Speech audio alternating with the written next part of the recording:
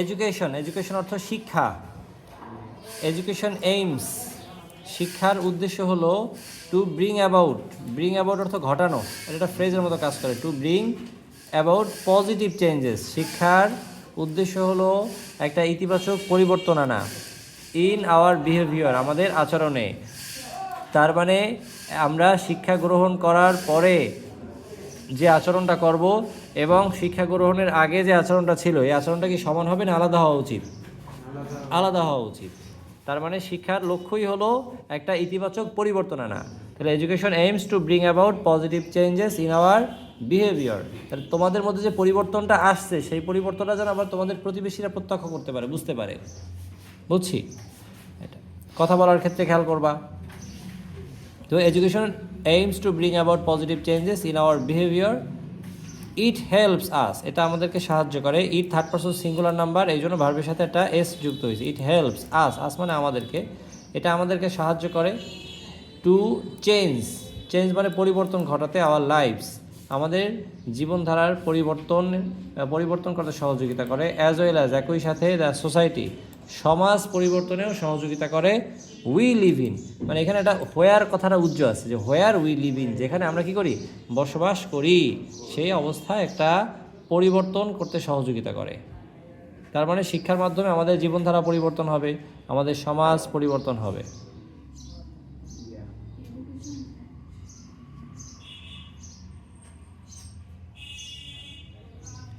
Education that does not illuminate, শিক্ষা যে শিক্ষাটা আলোকিত করে না, আওয়ার মাইন্ডস, আমাদের মনকে আলোকিত করে না। অর ডাজ নট ইন্সপায়ার আস, আমাদেরকে অনুপ্রাণিত করে না। To work for the community, সমাজের জন্য কাজ করতে অনুপ্রাণিত করে না। Is not complete at all, সেই শিক্ষাটা পরিপূর্ণ কোনো শিক্ষাই নয়। Education is not all about getting grade, শিক্ষা মানে নয় শুধুমাত্র তুমি গ্রেড অর্জন করলা, অর রিসিভিং সার্টিফিকেটস, অথবা তুমি শুধুমাত্র সার্টিফিকেট পাবে, এটা শিক্ষা নয়। উই ইউজ এডুকেশন, আমরা শিক্ষাটাকে ব্যবহার করি টু মেক লাইফ বেটার, যে জীবনটাকে আর একটু সুন্দর করার জন্য। উই আর এক্সপেক্টেড, যে আমাদের দ্বারা প্রত্যাশা করা হয় বা আমাদের কাছ থেকে আশা করা হয়। টু অ্যাপ্লাই দ্য নলেজ, যে আমরা জ্ঞানটাকে প্রয়োগ করব। স্কিলস, দক্ষতাটাকে প্রয়োগ করব। অ্যান্ড ভ্যালুজ, যে মূল্যবোধগুলো আমরা শিখি সেটাকে প্রয়োগ করব। দ্যাট উই লার্ন, যে মূল্যবোধগুলো আমরা শিখি। ইন এ ক্লাস টু, একটা ক্লাস টুয়ে বসে আমরা যে মূল্যবোধগুলো শিখি, এটা আমরা বাহ্যিকভাবে বা বাইরে বের হয়ে গিয়ে আমরা এটা অ্যাপ্লাই করব, সেটাই আমাদের দ্বারা প্রত্যাশা করা হয়। In our engagement with the world, বিশ্বের সাথে, মানে বিশ্বের চারপাশের মানুষের সাথে আমাদের যে আচরণটা হবে, আমরা যে বিভিন্ন কাজে জড়াবো, সেখানে সেটা জ্ঞানটাকে, তারপর হচ্ছে দক্ষতাটাকে, মূল্যবোধটাকে অ্যাপ্লাই করব। দ্যাট লাইস আউটসাইড, যে বিশ্বটা আমাদের চারদিকে অবস্থিত। অ্যান্ড এবং উই ক্যান ডু সো, আমরা এই কাজটা করতে পারি। ইন মেনি ডিফারেন্ট ওয়েস, বিভিন্নভাবে আমরা এই কাজটা সম্পন্ন করতে পারি। লেটস হ্যাভ এ লুক, চলো একটু দেখি অ্যাট হাউ এডুকেশন ওয়ার্কস, চলো দেখি আমরা কিভাবে শিক্ষাটা কাজ করে। যে লুক অ্যাট অ্যাপ্রোপ্রিয়েট প্রিপোজিশন, কোনো কিছু তাকানো বা দেখা। লার্নার্সের সিভিক এঙ্গেজমেন্ট, লার্নারদের নাগরিকতার সাথে সম্পর্কিত কাজে জড়ানোর যে বিষয়টা। ইজ হাইলি অ্যাপ্রিসিয়েটেড, এটা ভালোভাবেই বা অত্যন্ত প্রশংসা করা হয়। অল ওভার দ্য ওয়ার্ল্ড, এই অল ওভার দ্য ওয়ার্ল্ড এর একটা phrase. All over the world অর্থ কি, সারা বিশ্ব জুড়ে। অল ওভার দ্য ওয়ার্ল্ড, সারা বিশ্ব জুড়ে। Civic engagement means, civic engagement মানে হলো working to make a difference. Working মানে কাজ করা। টু মেক আ ডিফারেন্স, ওয়ালাইকুম আসসালাম, হ্যাঁ বসো। টু মেক এ ডিফারেন্স, এটা ভিন্নতা আনতে কাজ করা। In the civic life, in the civic life অর্থ কি বলেন, নাগরিক জীবনে। কোন জীবন? দ্য পাবলিক লাইফ, জনজীবন। অফ দ্য সিটিজেন্স, নাগরিকদের জনজীবন। As contrasted with private or personal life, যেটা কিনা আবার ব্যক্তিগত জীবনের বিপরীত। অফ দ্য কমিউনিটি, তাহলে একটা সমাজের যে সিভিক তোমার হচ্ছে সিভিক লাইফ, কেমন লাইফ যাপন করব, সেটা হলো নাগরিক জীবনযাপন করব একটা সমাজের। ইউজিং নলেজ, সেখানে থাকবো কীভাবে, জ্ঞানটাকে ব্যবহার করে, জ্ঞানটাকে প্রয়োগ করে, স্কিল দক্ষতাটাকে প্রয়োগ করে, তারপরে ভ্যালুস মূল্যবোধটাকে প্রয়োগ করে। অ্যান্ড মোটিভেশন, বিভিন্ন উৎসাহ উদ্দীপনা বা প্রেরণাকে প্রয়োগ করে। সিভিক এঙ্গেজমেন্ট প্রমোটস, সিভিক এঙ্গেজমেন্টটা কী করে, প্রমোট করে, আরও উন্নত করে। দ্য কোয়ালিটি অফ লাইফ, জীবনধারাকে পরিবর্তন করে অথবা জীবনের মানটাকে আরও উন্নত করে, সমুন্নত করে। প্রমোট মানে উন্নত করা। ইন এ কমিউনিটি মানে কি একটা সমাজে, বাই কন্ট্রিবিউটিং অবদান রাখার দ্বারা বা মাধ্যমে, to the improvement of health স্বাস্থ্যের উন্নতি ঘটানোর মাধ্যমে, and wellbeing of the people এবং মানুষের তোমার হচ্ছে কল্যাণ বলতে পারো, ওয়েলবিং ভালো থাকার ক্ষেত্রে অবদান রাখে। তাহলে সিভিক এঙ্গেজমেন্ট উন্নত করে কি জীবনধারার মান ইন এ কমিউনিটি মানে একটা সমাজের মধ্যে কিভাবে করে এইটা উন্নত করার মাধ্যমে বা অবদান রাখার মাধ্যমে, দ্য ইমপ্রুভমেন্ট অফ হেলথ স্বাস্থ্যের উন্নতি ঘটায়, ওয়েলবিং অফ দ্য পিপল এবং মানুষের সুস্থতা, মানুষের ভালো থাকা নিশ্চিত করে।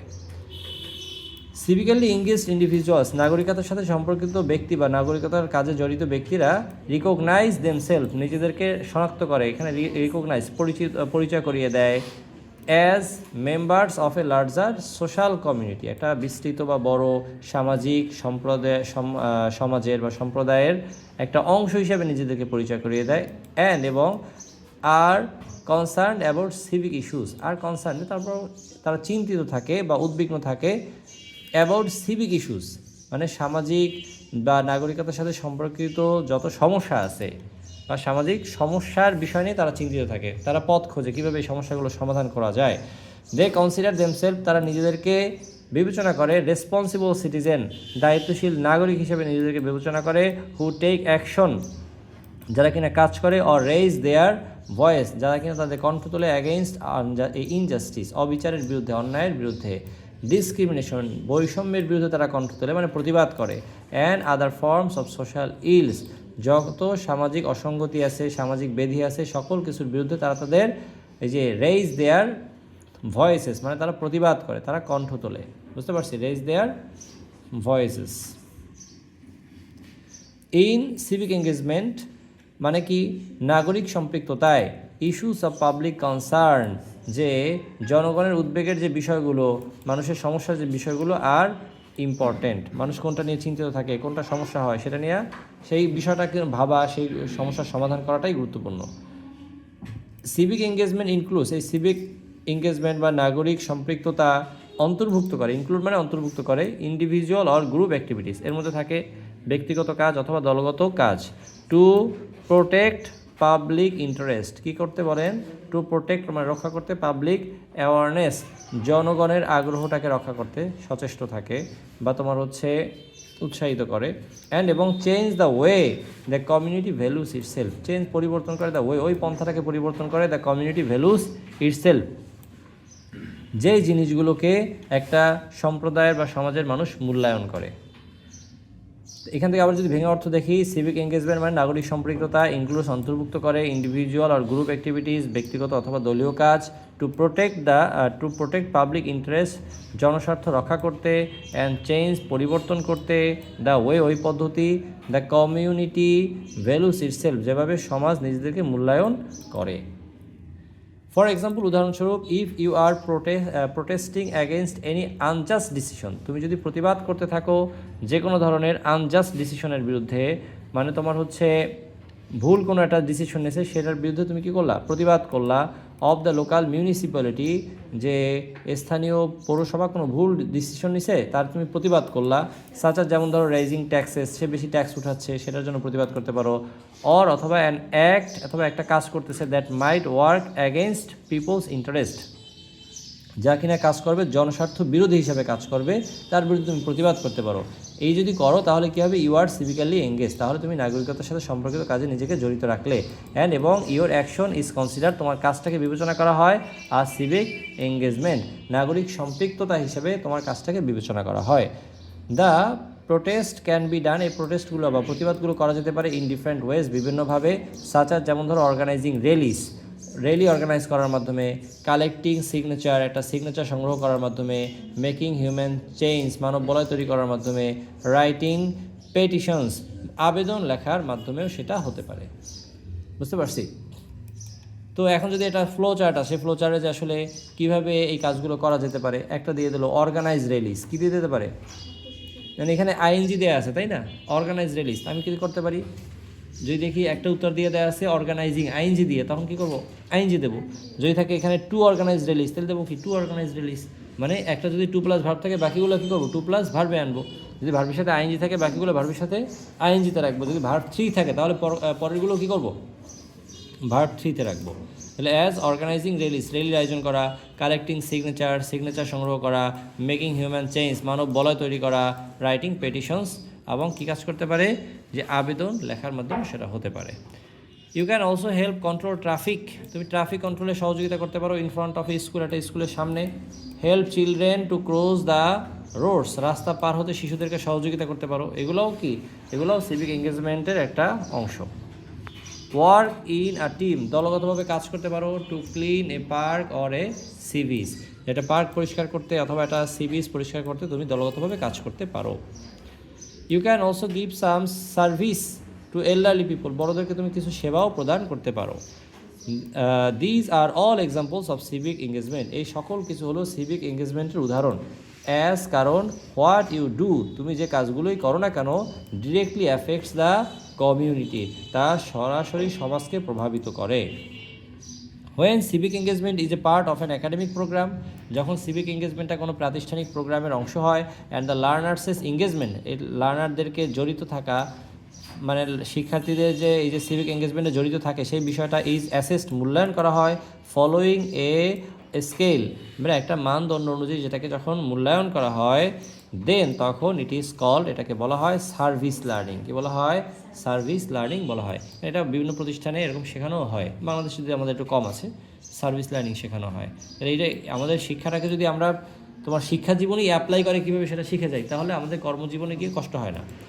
ইট ইনভলভস, অর্থ কি, এটা অন্তর্ভুক্ত করে দ্য অ্যাপ্লিকেশন অফ নলেজ, তাহলে এটা কি জ্ঞানের প্রয়োগ ঘটায়। অ্যান্ড স্কিলস, দক্ষতার প্রয়োগ ঘটায়। লার্ন ইন দ্য ক্লাসরুম, এই যে দক্ষতাগুলো কিনা কী করা হয়, লার্ন ইন দ্য ক্লাসরুম, ক্লাসরুমে শেখা হয়। And then making a complete plan of action, এবং তারপরে একটা পরিপূর্ণ কাজের পরিকল্পনা করা হয়। উদাহরণস্বরূপ প্রিপেয়ারিং আ বাজেট, শিক্ষার্থীরা শিখে যায় কীভাবে একটা বাজেট প্রস্তুত করতে হয়। তাদের পাঠ্য পুস্তক অনুযায়ী তারা শেখার পরে তারা প্র্যাকটিক্যাল লাইফে যখন আবার এই কাজটা করবে, তাহলে তাদের বাস্তবিক অভিজ্ঞতাটা হয়ে যাবে, তাহলে এই শিক্ষাটা ফলপ্রসূ হয়। প্রিপেয়ারিং বাজেট, একটা বাজেট প্রস্তুত করতে পারে। Starting the process of implementation, এবং সেটা বাস্তবায়ন করার ক্ষেত্রে সেই প্রসেসটা শুরু করে দিতে পারে, বাস্তবায়নের প্রসেসটা শুরু করে দিতে পারে। ইনভলভিং পিপল, এবং এই কাজের মধ্যে মানুষদেরকে অন্তর্ভুক্ত করতে পারে। অ্যান্ড অ্যাক্টিভেটিং অপারেশনাল স্ট্র্যাটেজিস, এবং সচল করতে পারে তোমার হচ্ছে অপারেশনাল স্ট্র্যাটেজিস, বিভিন্ন কার্যকরী কৌশল তারা কি করতে পারে, সচল করতে পারে, সক্রিয় করতে পারে। হোয়েন, যখন সিভিক এঙ্গেজমেন্ট ইজ স্পন্টেনিয়াস, যখন সিভিক এঙ্গেজমেন্টটা হয় স্বতঃস্ফূর্ত, মানে নিজের ইচ্ছায় এই কাজগুলো করা হয়। বাট ইরেগুলার, অনিয়মিত করা হয়, মানে মাঝে মাঝে করা হয়, মাঝে মাঝে করা হয় না, কোনো টাইম মানে ধরা বাঁধা নাই বা কোনো সিজন নাই। অ্যান্ড, এবং not a part of any academic programme, যখন সেই কাজটা কোনো একাডেমিক প্রোগ্রামের অংশ হয় না, ইট ইজ কনসিডার্ড, এটাকে বিবেচনা করা হয় ভলান্টিয়ারিজম।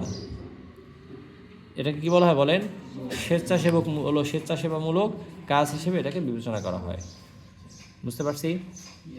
আচ্ছা, তাহলে প্রত্যেকটা শব্দের ভোকাবুলারিগুলো শেখার ট্রাই করবা। প্রত্যেকটা লাইনে, প্রত্যেকটা সেন্টেন্সের মধ্যে কী তথ্যটা দেওয়া আছে সেটা যদি তুমি পিক আপ করতে পারো, তাহলে তোমার প্রশ্ন দিতে আটকাইতে পারবে না।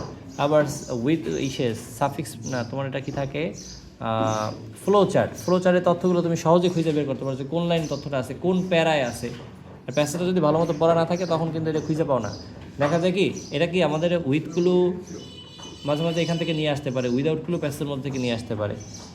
আর ইন্টারমিডিয়েটে তো প্যাসেজ থাকে, ওই প্যাসেজ কোথায় থাকে, তোমার এমসিকিউ, আর তারপরে হচ্ছে এখানে কোশ্চেন এখানে থাকে, ফ্লো চার্টের জায়গায় প্যাসেজ থাকে, তারপরে হলো সামারি, তাও কি প্যাসেজ থাকে। এই জন্য প্যাসেজটা আদ্যপান্ত ভালোভাবে পড়তে হবে প্রত্যেকটা শব্দের অর্থ অনুযায়ী। ওকে, ঠিক আছে।